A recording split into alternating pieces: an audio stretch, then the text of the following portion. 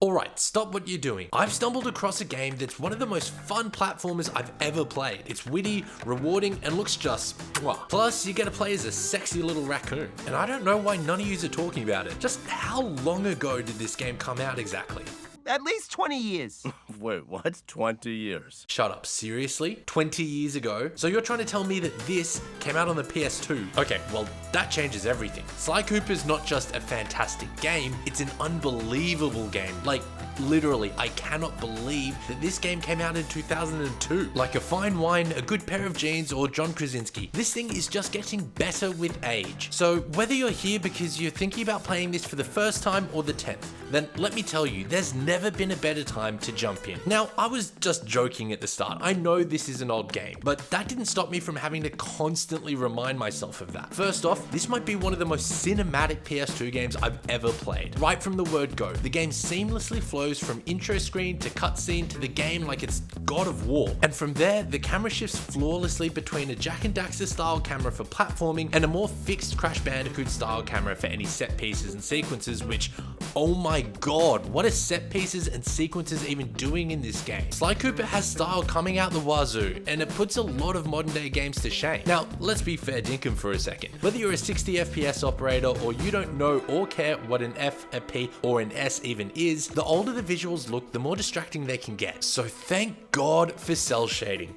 It's not the first, and it certainly won't be the last time a game chooses this artistic style, but we're seeing that it doesn't matter how far you go back in the industry, this style ages better than almost any other. Oh yeah, that's gonna hold up just fine. The world of Sly Cooper is no exception, and looks like illustration coming to life, and like with any great cell shading, makes you feel like you're running around a comic book. Even the cutscenes keep in theme with this style, with a charming story playing out through animated panels and still images. Not only did this keep development costs down, but it also made me wish we got a full Dark Horse comic series on this. I'd also settle for an anime.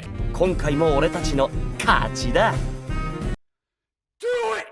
Now, let's talk about these characters. Like any good master thief, Sly has a team around him to help him pull off his capers. Think Ocean's 11, but there's only 3 of them and they're all animals. Bentley is our turtle in the chair, while Murray is our part-time getaway driver, part-time whatever the hell this is. Together with Sly, they come to deliver some of the voice acting I've heard in a long time.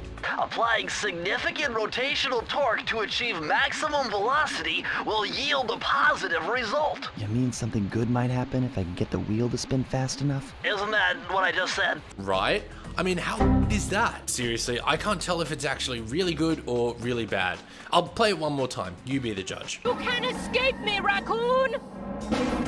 Yep, impossible to get a read on. So if you two appreciate voice acting, then you're in for a treat here as well. I would also be remiss to skip past Carmelita Fox, a character who the game makes sure to let you know is one foxy lady. About as subtle as a brick, sucker punch. Even she has nothing on the leading lad though, who, I mean, look at him, he's an absolute snack.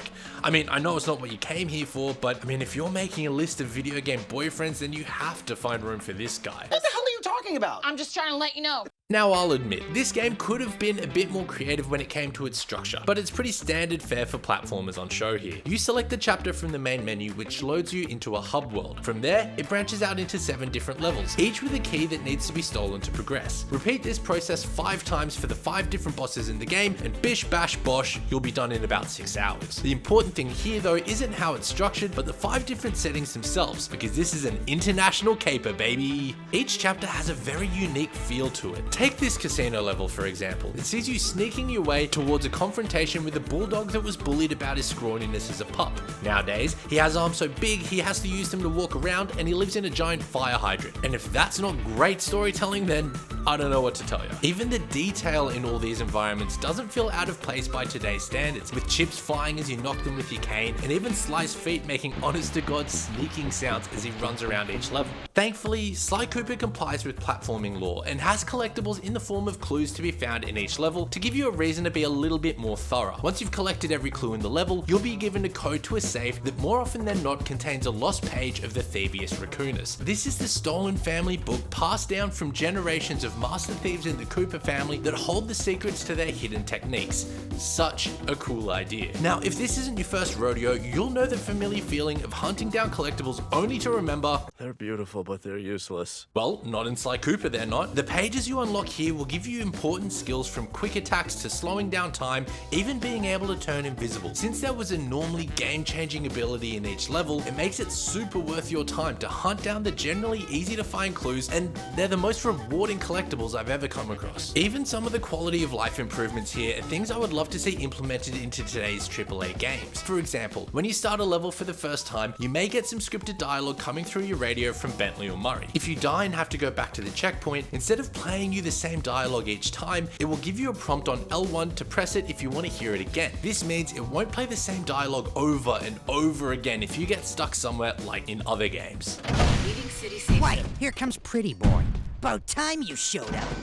I'm gonna go kill myself. While it does include minigames ranging from traditional races to twin-stick shooters and even some on-rails missions, these aren't the sort of things that would keep you coming back. The game does, however, reward you with multiple endings, one for beating the game and another when you've reclaimed all the pages of the Thievius Raccoonus, as well as unlocking some behind-the-scenes videos if you're dedicated enough to finish the time trials for each level. Even with all of that though, most people would still be lucky to get 10 hours out of this game, but that's not a bad thing. I don't know about you, but that's honestly a good amount of time for me to spend going back to an older title to see if it's something I'm into or not. Strangely enough, playing this game for the first time made me feel nostalgic, and then it hit me. This feels like a tribute to all the great platformers of the late 90s and the early 2000s. Its 3D platforming and combat feels like a tighter version of Jak and Daxter. Its set pieces and even some levels wouldn't feel out of place in a Crash Bandicoot game, and its collectibles being split up and contained across individual levels is a trick straight out of Spyro. It even has Ratchet & Clank's famous grind rails, despite releasing months before it. Where at the time, this might have felt like a game with few original ideas that was solid overall, today it feels like it captures everything that made platformers of that era so entertaining. The art style still has this game looking phenomenal. The characters are all well written and fun, and while the story's simple and straightforward, it was good enough for indie darling Sifu to basically copy the plot word for word, which is also a great game. You should check it out. When this game released in 2002, there wasn't really anything about it that made it be anything more than another solid platformer. But playing this for the first time 20 years later, I see it in a completely different way.